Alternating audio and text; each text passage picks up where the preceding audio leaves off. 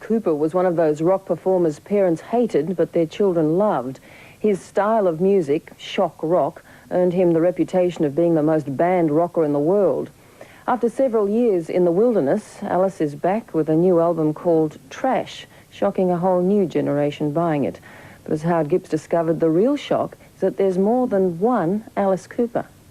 I have never really put a name on me, and I know who he is, you know, and I sort of represent Alice.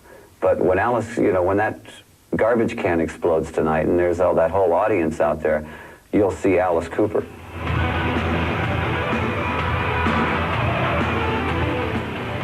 But which Alice Cooper is this one on stage? Is this the schizoid sultan of shock rock? Or the deep, careful one who keeps his alter ego from going too far? And then when the curtain closes, he'll be gone. And that's the intense Alice. That's the one that people want to see. That's the one that really has all the fun.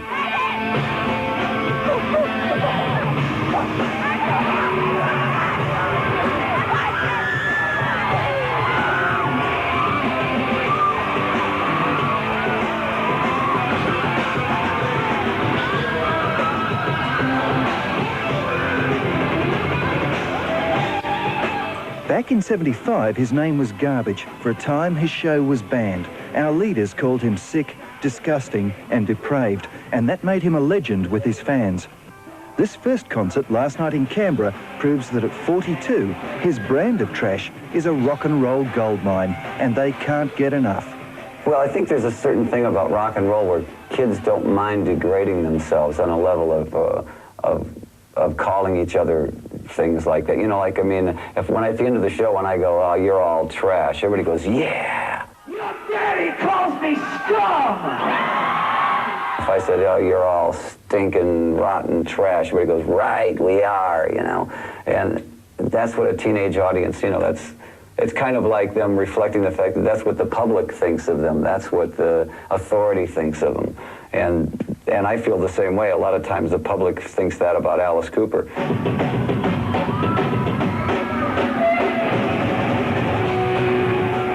It's not his music they tried to ban, it's the stage act that went with it.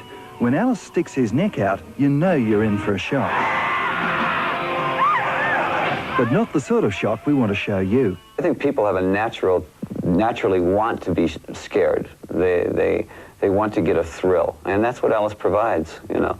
We have no political message at all. We have absolutely no ulterior motive to what we're doing, and we're certainly not an anti-religious thing at all. There's nothing satanic about us.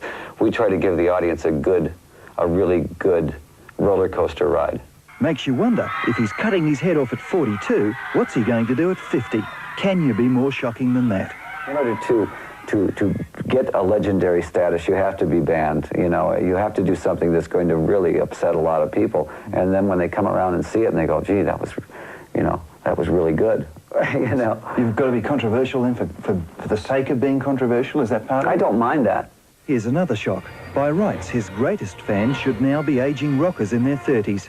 There were a few there. Can you tell me how long you've been an Alice Cooper fan for? About 100 years. Really? But most of this crowd were in nappies when Alice first spattered blood across an audience. I love him. Why do you love him? Tell me why.